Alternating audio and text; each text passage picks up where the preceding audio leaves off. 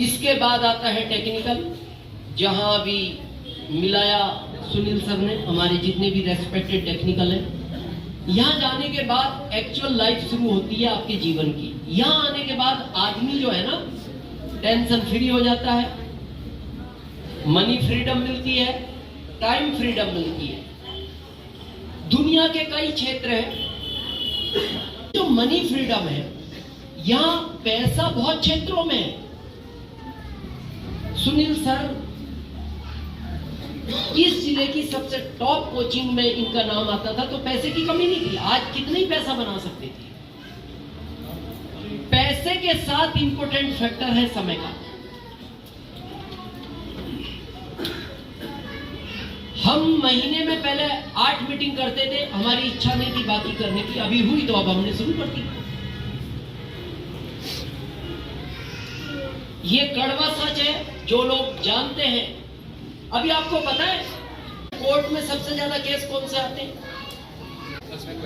हाँ, husband wife के। Metro city में सुन के आपको आश्चर्य होगा, मेट्रो सिटी के अंदर 100 में से 10 महिलाएं डेली अपने पति को छोड़ती हैं। सबसे ज्यादा केस है डिवोर्स के भारत में, अभी करंट में। मतलब डेली 100 में से 10 पत्नी अपने पति को छोड़ देती है, और पैसे के लिए नहीं, समय के लिए। समय के लिए। अब आप कहोगे जब पैसा मिल रहा है, पैसा इंपॉर्टेंट नहीं होता। जिंदगी में ध्यान रखना, जब आपका पैसा बढ़ेगा समय कम होगा। किसी भी क्षेत्र में पैसा बढ़ाओ, समय कम हो जाएगा। कम हो जाएगा।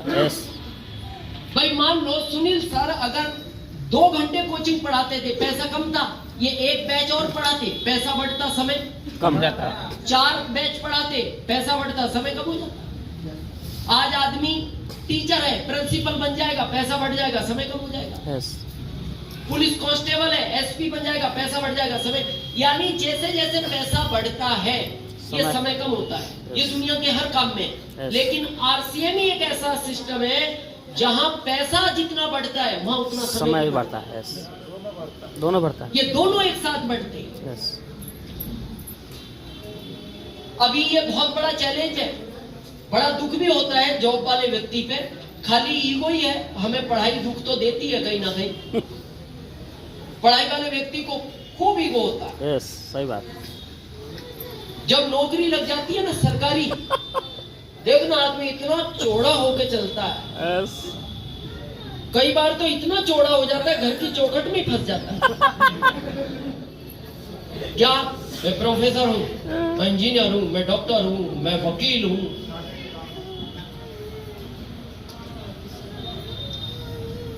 इससे क्या है आपका एक क्लास चलती थी ऐसी, यार सिंह की क्लास ही समझ लो, 22 को फिर होगी। बीच बीच में ये लोग भी अपनी चलाते हैं। तो बच्चे पढ़ने के लिए आते थे, तो एक बच्चा लेट आता था। जैसे कई बार लोग मीटिंग में लेट आते हैं, तो अब इतने टीचर आधी क्लास तो पढ़ा चुके, अब उस बच्चे को यही पता नहीं क्या पढ़ाया गया। अच्छा, फिर जितनी और पढ़नी थी उसमें भी वो पता क्या करते थे, वो बच्चा आपस में बातें करता था।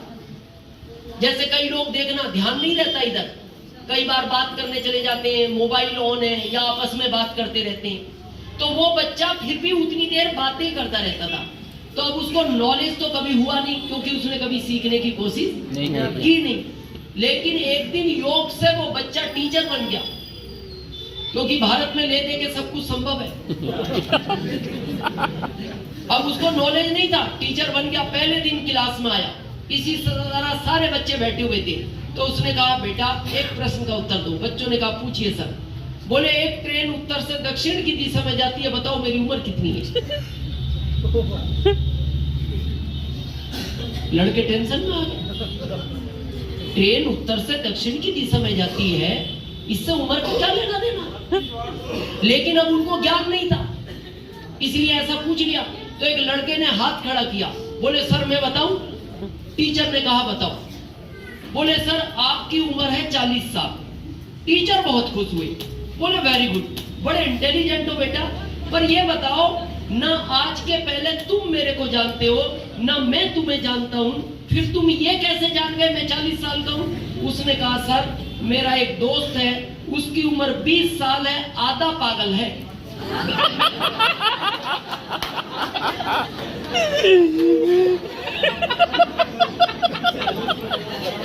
समझ गए?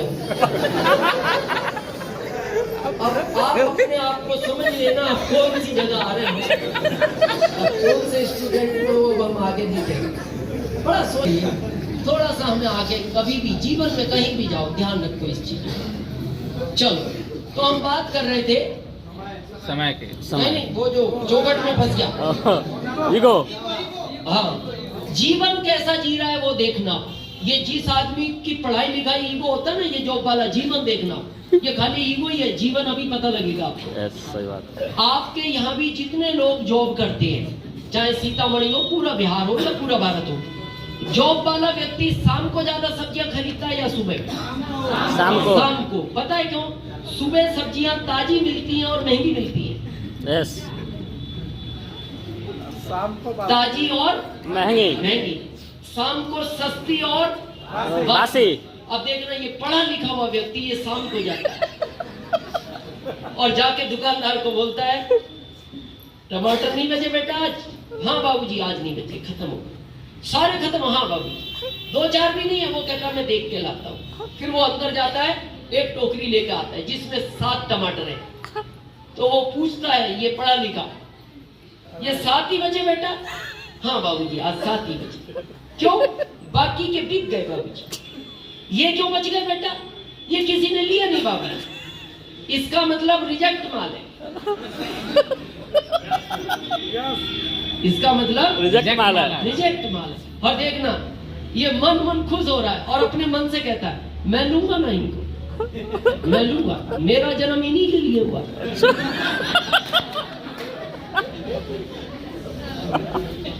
ये उसकी हालत है जो चौखट में फंस गया। बासी खाया इसने, पढ़ा लिखा है, बासी।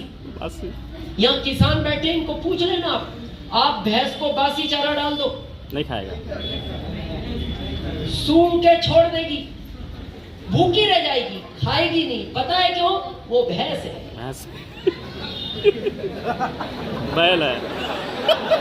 नहीं, अब हम आगे कहना भी नहीं चाहते, हम आगे कहना भी नहीं चाहते। क्या जीवन।